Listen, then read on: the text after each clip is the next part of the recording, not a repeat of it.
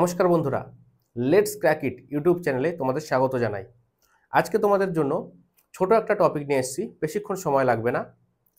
Cube root, কোনো সংখ্যার cube root কী করে বের করে, মানে একটি পূর্ণ ঘন সংখ্যা সেটি কোন সংখ্যার কিউব সেটা আমরা বের করা শিখব। চলো তাহলে দেরি না করে খাতা পেন নিয়ে তোমরা বসে পড়ো। দেখো, ধরো আমি যদি বলি দুইয়ের কিউব, এর মানে কি? তিনটে দুইয়ের গুণফল 2 গুণ 2 গুণ 2, তাই তো নাকি? আমি যদি বলি তিনের কিউব, এর মানে কি? তিনটে তিনের গুণফল 3 গুণ 3 গুণ 3, এইভাবে। তাহলে দেখো, তাই যদি হয় একের কিউব বের করি আমরা। একের কিউব মানে 1 গুণ 1 গুণ 1, তাহলে একের কিউব তিনটে একের গুণফল, দুইয়ের কিউব তিনটে দুইয়ের গুণফল, একের কিউব মানে 1 গুণ 1 গুণ 1 মানে 1, দুইয়ের কিউব 2 দুগুণে 4 দুগুণে 8 8, তিনের কিউব 3 3 9 3 9 27 27, চারের কিউব 4 গুণ 4 গুণ 4, তাহলে 4 4 16 4 16 64, তাই তো? ঠিক আছে, এদিকে এসো। পাঁচের কিউব 5 গুণ 5 গুণ 5, মানে 5 5 25, 5 25 125, ঠিক আছে। ছয়ের কিউব 6 গুণ 6 গুণ 6, 6 6 36 6 36 216, ঠিক আছে। সাতের কিউব 7 গুণ 7 গুণ 7, তাহলে 7 7 49 আর 7 49 343। আটের কিউব 8 গুণ 8 গুণ 8, তাহলে 8 8 64 আর 8 64 512 512, ঠিক আছে। হোক, এ পর্যন্তই হোক। তাহলে দেখো, একের যদি কিউব বের করি আমি, তিনটে একের গুণফল 1 বেরোলো, মানে ইউনিট ডিজিট 1, একক স্থানীয় অঙ্ক 1। দুইয়ের কিউব 8, ইউনিট ডিজিট 8, একক স্থানীয় অঙ্ক 8। তিনের কিউব 27, তাহলে ইউনিট ডিজিট কত? 7, একক স্থানীয় অঙ্ক 7। চারের কিউব 64, ইউনিট ডিজিট 4। পাঁচের কিউব 125, ইউনিট ডিজিট 5। ছয়ের কিউব 216, ইউনিট ডিজিট 6। সাতের কিউব 343, ইউনিট ডিজিট 3। আটের কিউব 512, ইউনিট ডিজিট 2 2।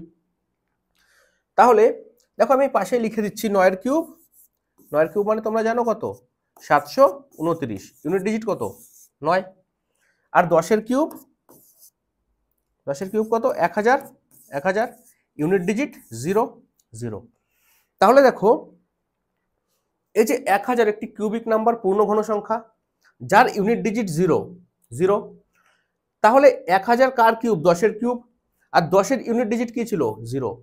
তাহলে কোনো পূর্ণ ঘন সংখ্যার শেষে যদি 0 থাকে, তুমি এইটুকু শিওর হয়ে যাবে যে সেটি যেই সংখ্যার কিউব তারও ইউনিট ডিজিটে 0ই আছে, অবশ্যই 0 আছে।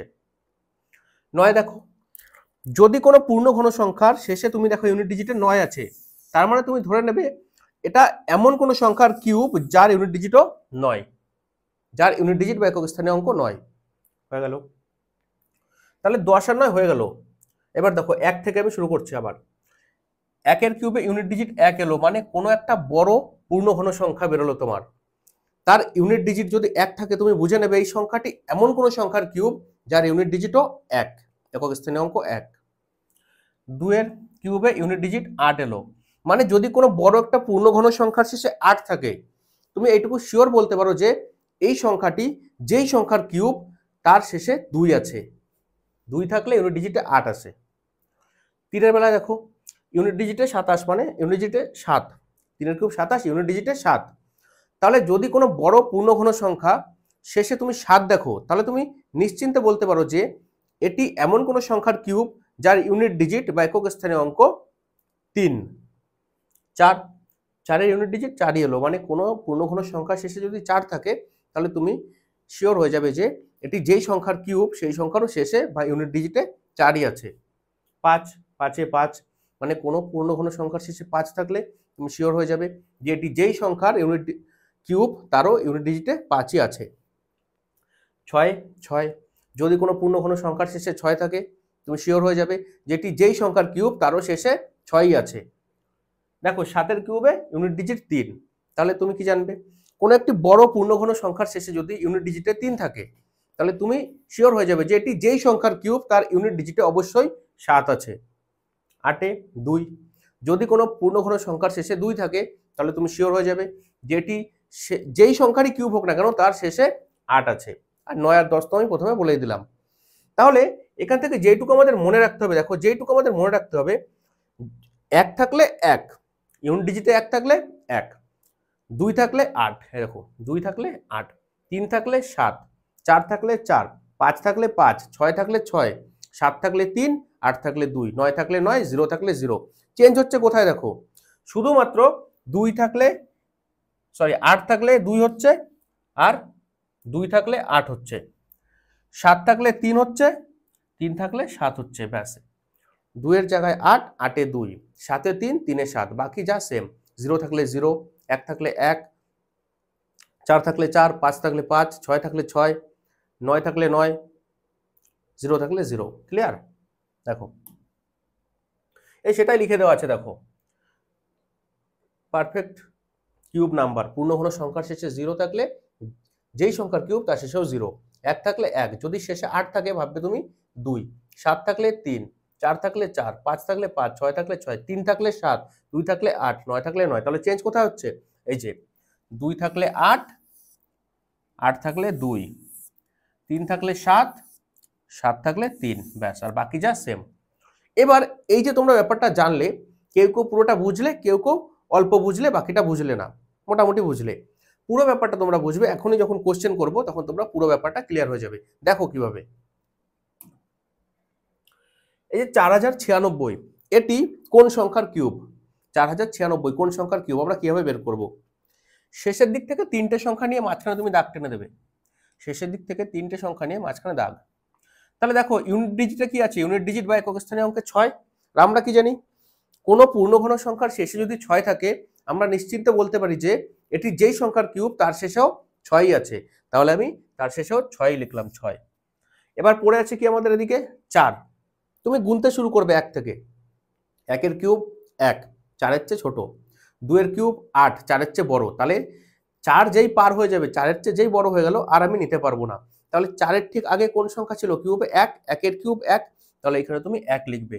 তার মানে 4096 হলো 4096 হলো 16-র কিউব। ক্লিয়ার?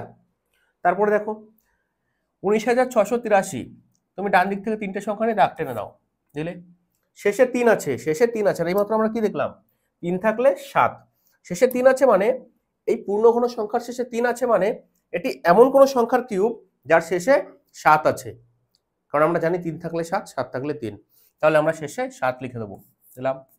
আগে কি আছে 19, গুনতে শুরু করো, 1-এর কিউব 1, 2-এর কিউব 8, 3-এর কিউব 27, 19-এর চেয়ে বেশি, তাহলে 3-এর কিউব নিতে পারবো না। লাস্ট আমরা কি আছে 19-এর আগে 2-এর কিউব 8, তাই আমরা 2 নেব।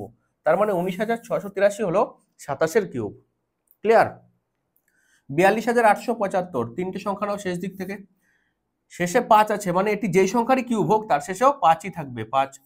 এবার গুনতে শুরু করো, 1-এর কিউব 1, 2-এর কিউব 8, 3-এর কিউব 27, 4-এর কিউব 64, 42-এর চেয়ে বড়, তাহলে আমরা 4 নিতে পারবো না। 3-এর কিউব 27, 42-এর চেয়ে ছোট, 3 আমরা নিতে পারবো। তাহলে 42875 হলো 35-এর কিউব। ক্লিয়ার? আশা করি তোমাদের ধারণাটা আস্তে আস্তে ক্লিয়ার হচ্ছে, তোমরা বুঝতে পারছো।